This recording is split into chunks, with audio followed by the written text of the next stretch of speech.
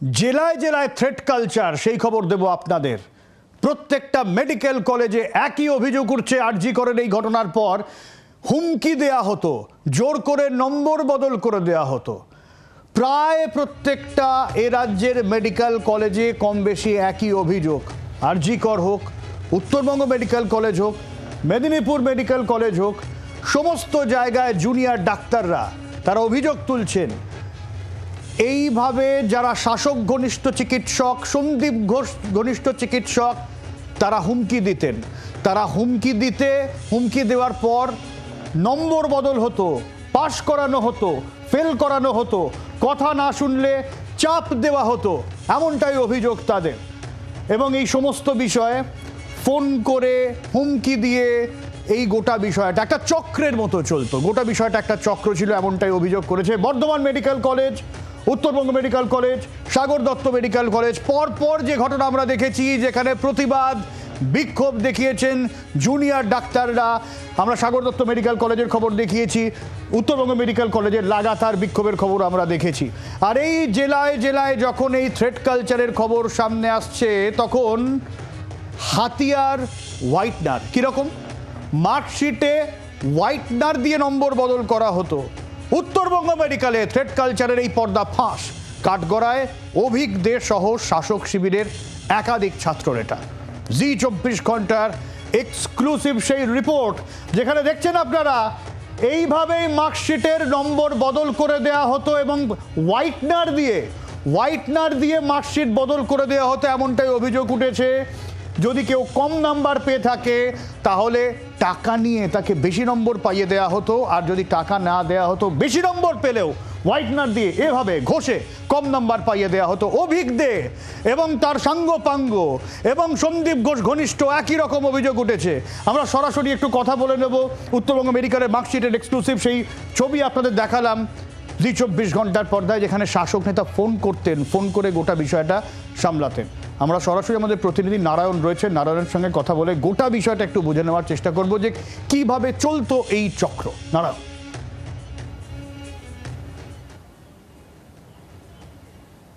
দেখো, উত্তরবঙ্গ মেডিকেল কলেজে অবশেষে দেখো জুনিয়র ডাক্তার থেকে শুরু করে ওখানকার পড়ুয়ারা একেবারে বিক্ষোভে সামিল হয়েছিল। তার কারণ, বেশ কিছু কারণ উঠে আসছে এই মুহূর্তে। দেখো, উত্তরবঙ্গ মেডিকেল কলেজে প্রথমত দেখা যাচ্ছে যে তাদের যে মার্কশিট অর্থাৎ রেজাল্ট, সেই রেজাল্টের মধ্যে হোয়াইটনার দিয়ে নাম্বার বদল, এবং সেটি কাদের? শাসক দলের উত্তরবঙ্গ মেডিকেল কলেজের প্রথম সারির টিএমসিপির নেতার রেজাল্ট। যতটুকু জানা গেছে যে পরীক্ষায় যারা গার্ড দিত, অর্থাৎ যেই সমস্ত টিচাররা মেডিকেল কলেজের অধ্যক্ষরা গার্ড দিত, তাদের কিন্তু বর্ধমান থেকে ডাক্তার অভিক দে তিনি তখন ফোন করে পর্যন্ত তাদের হুইপ করা হতো, তাদের শাসানো হতো যে গার্ড এত করা দেওয়া হচ্ছে কেন, কারণ তাদের কাছে আগেই খবর চলে যেত। এবং যার ফলে কিন্তু যেখানে যারা গার্ড দিত পরীক্ষা, তাদের বাইরে চলে যেতে বলতো এবং সুবিধা পাইয়ে দেওয়ার ব্যাপার বলতো। তার পাশাপাশি পরীক্ষা চলাকালীন দেখা গেছে মোবাইলে উত্তর লিখে টেবিলে বসে সেই প্রশ্নপত্রের উত্তর লিখতে পর্যন্ত তারও অভিযোগ রয়েছে। এর পাশাপাশি কিন্তু থ্রেট কালচার, যদি কেউ এর বিষয়ে মুখ খুলতো তাদের বিরুদ্ধে কিন্তু থ্রেট কালচার, অর্থাৎ দিনের পর দিন থ্রেটলিং করা হতো, ধমকি দেওয়া হতো, শাসানো হতো, এমনকি মেরে ফেলার হুমকি পর্যন্ত দেওয়া হতো, যা নিয়ে কিন্তু সরব হয়েছিল উত্তরবঙ্গ মেডিকেল কলেজের ছাত্র এবং পরবর্তীতে জুনিয়র ডাক্তার, এবং তাদের পরবর্তীতে সেই আন্দোলনে কিন্তু সামিল হয় উত্তরবঙ্গ মেডিকেল কলেজের বহু ডাক্তার। তাদের দাবি ছিল এই ঘটনার সাথে যারা জড়িত তাদের অবিলম্বে পদত্যাগ করতে হবে, যা নিয়ে কিন্তু তারা লিখিত অভিযোগ করেছে প্রিন্সিপালের কাছে। যেই প্রিন্সিপাল উত্তরবঙ্গ মেডিকেল কলেজের, তার বিরুদ্ধেও কিন্তু অভিযোগ রয়েছে এই ঘটনার সাথে, তিনিও জড়িত রয়েছে। তার পাশাপাশি ডিন রয়েছে, অ্যাসিস্ট্যান্ট ডিন রয়েছে। ইতিমধ্যেই আমরা দেখেছি গত দুদিন আগে এই ঘটনায় কিন্তু উত্তরবঙ্গ মেডিকেল কলেজে ছাত্রদের চাপে, অর্থাৎ আন্দোলনের চাপে, পরবর্তীতে রাত 10টা নাগাদ উত্তরবঙ্গ মেডিকেল কলেজের ডিনকে পদত্যাগ করতে দেখা গেছে এবং অ্যাসিস্ট্যান্ট ডিনকে পদত্যাগ করতে গেছে। তবে সবচেয়ে আশ্চর্যজনক ব্যাপার সব্যসাচী, যে যার বিরুদ্ধে অভিযোগ রয়েছে, অর্থাৎ প্রিন্সিপালের বিরুদ্ধেও কিন্তু অভিযোগ রয়েছে, তারপরেও প্রিন্সিপালের নাম বাদ দিয়ে দেখা গেল একসময় ডিন এবং সহডিনকে, অ্যাসিস্ট্যান্ট ডিনকে বহিষ্কার করানো হলো চাপ দিয়ে। পরবর্তীতে আমরা দেখলাম যে উত্তরবঙ্গ মেডিকেল কলেজের প্রিন্সিপালের মাধ্যমে একটি তদন্তকারী টিম গঠন করা হলো, 5 জনের তদন্তকারী টিম, এবং সেই টিমকেও দেখা গেল যার বিরুদ্ধে অভিযোগ তারই অফিসে বসে যারা তদন্তকারী রয়েছে 5 জন, যে তদন্তকারী ডাক্তার তারা তার অফিসে বসে তার চেম্বারে বসে তদন্ত করছে। আশ্চর্যজনক ব্যাপার যে যার অফিসে বসে তদন্ত করছে তিনিও কিন্তু একই দোষের অভিযুক্ত বলে জানা গেছে। তবে সবটাই খতিয়ে দেখছে ডাক্তাররা, এবং এই বিষয়ে কিন্তু স্টুডেন্টদের যেমন বক্তব্য যে অভিজ্ঞদের মূলত অভিজ্ঞদের যে সিন্ডিকেট, এই সিন্ডিকেট আমি এই বিষয়ে আসবো। নারায়ণ, সঙ্গে থাকো। উত্তরবঙ্গ মেডিকেলের প্রাক্তনী শাহরিয়ার আলম তিনি কি জানিয়েছেন শুনবো।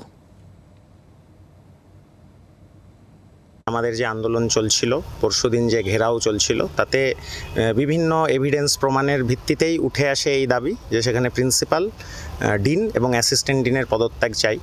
কারণ কি, বিভিন্ন এইচওডি স্যাররাও এসে সেখানে বলেন যে নাম্বার বাড়ানোর জন্য চাপ দেওয়া হতো, এবং এই যে চক্র অভিজ্ঞদেরকে নিয়ে শুরু করে শাসক দলের যে চক্র, তাদের অঙ্গুলি হেলনে এই সব কাজগুলো করা হয়েছে।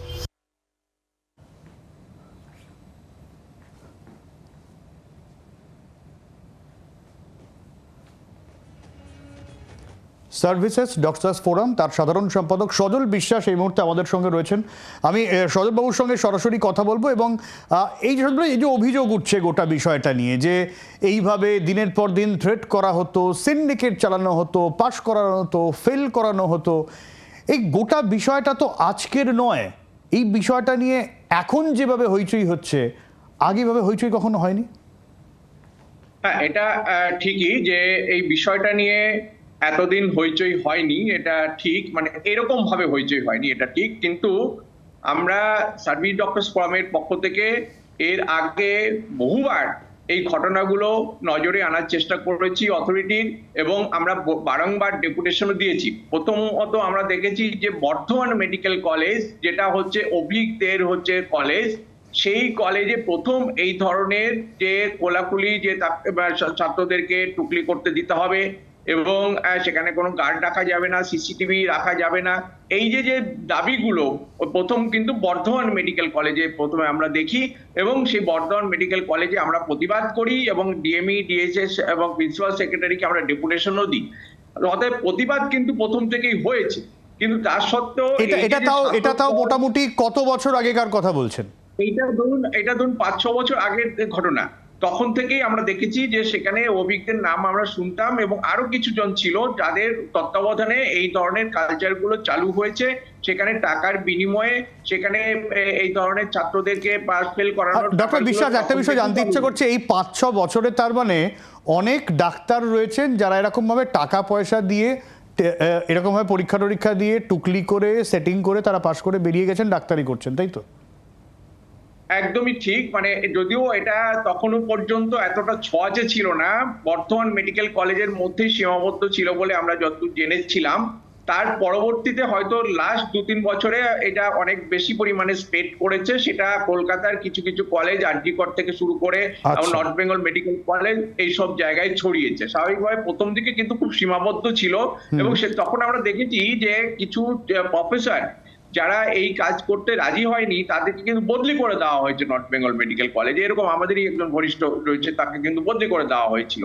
তাহলে এই ঘটনা তখন থেকেই শুরু হয়েছে, এবং এটা আস্তে আস্তে বাড়তে এটা স্বাভাবিকভাবে কি হলো, এটা কর্তৃপক্ষ, ডিএমই, ডিএইচএস বলুন বা প্রিন্সিপাল সেক্রেটারি বলুন বা আজকে স্বাস্থ্যমন্ত্রী বলুন, তারা যদি কোনো পদক্ষেপ না নেয়, আজকে যদি যারা এই কাজ করছে তারা যদি কোনো রকম কোনো পানিশমেন্টের শিকার না হয়, স্বাভাবিকভাবে যা হবার তাই হয়েছে। আজকে সেটা ম্যালিগন্যান্টে পরিণত হয়েছে, সমস্ত জায়গাতে ছড়িয়ে গেছে।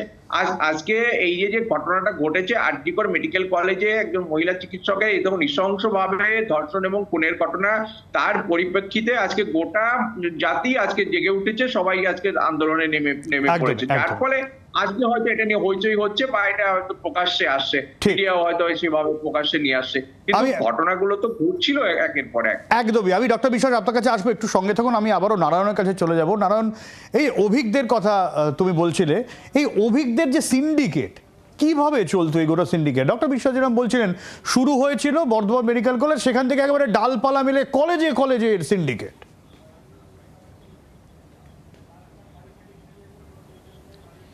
দেখো এই যে অভিক দে যার নাম উঠে এসছে, যার কথা মতো, যার অর্থাৎ যার উংলি হিলনে এই কাজগুলি হতো, তিনি কি করতেন, উত্তরবঙ্গ মেডিকেল কলেজে যখন বিশেষ করে পরীক্ষা হতো সেই সময় যতটুকু জানা গেছে এবং প্রকাশ্যে স্বীকারও করে নিয়েছে, গত পরশু দেখা গেছে উত্তরবঙ্গ মেডিকেল কলেজের ডিনকে ফোন করা হতো, তিনি যখন গার্ড করতেন তাকে সরাসরি ফোন করা হতো এবং বলা হতো একটু ছাড় দিতে, এবং যারা পরীক্ষা দিচ্ছে তাকে বাইরে বেরাতেও বলা হতো। কিন্তু ডিনের বক্তব্য অনুযায়ী তিনি বলছেন যে আমি ওই সময় তার কথা শুনতাম না, তিনি আমাকে হুইপ করতো, বের করানোর চেষ্টা করতো। এর পাশাপাশি বলে রাখি, শাহিন সরকার, অভিক দে, সোহম মণ্ডল, এরা কিন্তু প্রত্যেকে এই উত্তরবঙ্গ মেডিকেল কলেজেরই এখানকারই স্টুডেন্ট, এবং তার মধ্যে কিন্তু শাহিন সরকার উত্তরবঙ্গ মেডিকেল কলেজের এক্স টিএমসি প্রেসিডেন্ট এবং সোহম মণ্ডল উত্তরবঙ্গ মেডিকেল কলেজের টিএমসিপির এই মুহূর্তে প্রেসিডেন্ট। এবং এই সোহমের আশ্চর্যজনক যেটা তুমি দেখাচ্ছ যে হোয়াইটনার দিয়ে যে নাম্বার যে বদল করা, অর্থাৎ নাম্বার বাড়িয়ে দেওয়া, সেও কিন্তু টিএমসিপির এই মুহূর্তে উত্তরবঙ্গ মেডিকেল কলেজের সে হচ্ছে প্রেসিডেন্ট। তার রেজাল্ট কিন্তু যা ছিল তার থেকে অনেকটাই বাড়িয়ে দিয়ে তাকে পাশ করানো হয়েছে। ঠিক তার মতো এরকম অনেককেই কিন্তু পাশ করানো হয়েছে। কিভাবে হয়েছে?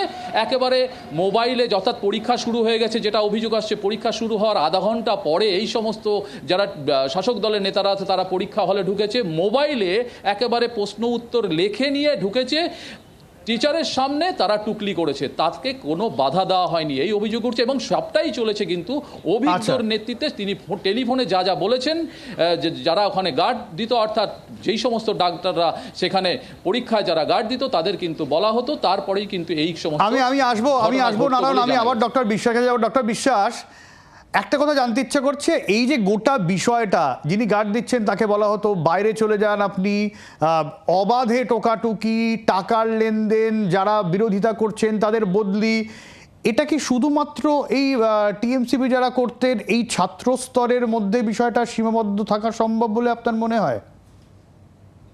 এটা এতটাই বড় ব্যাপার যে এটা কখনোই শুধুমাত্র কিছু ছাত্র বা কিছু জুনিয়র ডাক্তার বা কিছু ডাক্তার একটা চক্র এটা চালাতে পারে, এরকম ঘটনা কিন্তু ঘটার কথা নয়। কারণ শাসক দলের বা যারা শাসন ক্ষমতায় রয়েছে তাদের নজরে কিন্তু সবকিছু রয়েছে। স্বাভাবিকভাবে এই ধরনের একটা ঘটনা ঘটলে তাদের মানে কৈফিয়ত দিতে হবে না, এরকম ব্যাপারটা নয়। স্বাভাবিকভাবে যদি ওপর থেকে পুরোপুরি ভাবে এটার মদত না থাকে তাহলে এই ধরনের চক্র চালানো সম্ভব নয়। এবং এটা বাস্তব ঘটনা যে আমরা দেখতে পাচ্ছি যে স্বাস্থ্য দপ্তরে যেভাবে দুর্বৃত্তায়ন তৈরি হয়েছে, যেভাবে আজকে সিন্ডিকেট রাজ, যেভাবে আজকে মানে অনৈতিক চক্র তৈরি হয়েছে, সেই চক্রগুলো কিন্তু বিভিন্নভাবে টাকা তারা তুলছে, তোলাবাজি করছে। এই পরীক্ষায় পাস ফেল করানো, অনার্স পাওয়ানোকে কেন্দ্র করে যেমন লক্ষ লক্ষ টাকার লেনদেন চলে, তেমন ট্রান্সফার পোস্টিং নিয়ে, প্রমোশন নিয়ে সেখানেও লক্ষ লক্ষ টাকার লেনদেন চলে। কোনো একটা টেন্ডার বা কোটেশন বা কোনো একটা পারচেজ, কোনো একটা কনস্ট্রাকশনকে কেন্দ্র করে সেখানে লেনদেন চলে। আরজিকর মেডিকেল কলেজে তো এর বাইরেও আরো অনেক চক্র কাজ করতো। স্বাভাবিকভাবে এই যে প্রচুর লক্ষ লক্ষ মানে কোটি কোটি টাকার যে উঠতো, এই যে তোলাবাজি, এই তোলাবাজি কখনোই শুধুমাত্র কয়েকজন ছাত্র বা জুনিয়র ডাক্তার এটা তার মধ্যে সীমাবদ্ধ থাকতে পারে না। এটা একটা বড় অংশ অবশ্যই শাসক দলের কাছে যেত এবং শাসক দলের একদম মদতে এবং সম্পূর্ণ সুপারভিশনে এই ধরনের ঘটনা মানে যদি না ঘটে তাহলে কিন্তু এটা কখনোই ঘটানো সম্ভব নয়। প্রশাসন তাহলে তার বিরুদ্ধে পদক্ষেপ নিতে পারত। কিন্তু যেটা হয়েছে, প্রশাসনকে পুরোপুরি দলদাসে পরিণত করে আজকে এই ধরনের ঘটনাগুলো ঘটানো হয়েছে। প্রশাসনে যারা রয়েছে একমাত্র দলদাস, তাদেরকে এই ধরনের প্রশাসনে নেওয়া হয় এবং যারাও একটু হয়তো মেরুদণ্ড থাকে তারাও দলদাসে পরিণত হয়। স্বাভাবিকভাবে তাদেরকে যেখানে সই করতে বলা হয়, যা করতে বলা হচ্ছে, যেভাবে অর্ডার করতে বলা হচ্ছে সেভাবেই তারা করছে এবং যার পরিণতিতে আজকে কিন্তু এই ধরনের একদমই ইয়েস ম্যানদের বসিয়ে রাখা হয়েছিল এবং তাদেরকে সামনে রেখেই গোটা চক্র এতদিন ধরে চলেছে। আরজিকর কাণ্ডের পরে সামনে আসছে, চর্চা হচ্ছে, প্রতিবাদ করতে সাহস পাচ্ছেন জুনিয়র ডাক্তাররা এবং সাধারণ মানুষ। অনেক ধন্যবাদ আপনাকে ডক্টর বিশ্বাস। বাংলার আওয়াজ, বাঙালির আবেগ, জি 24 ঘন্টা।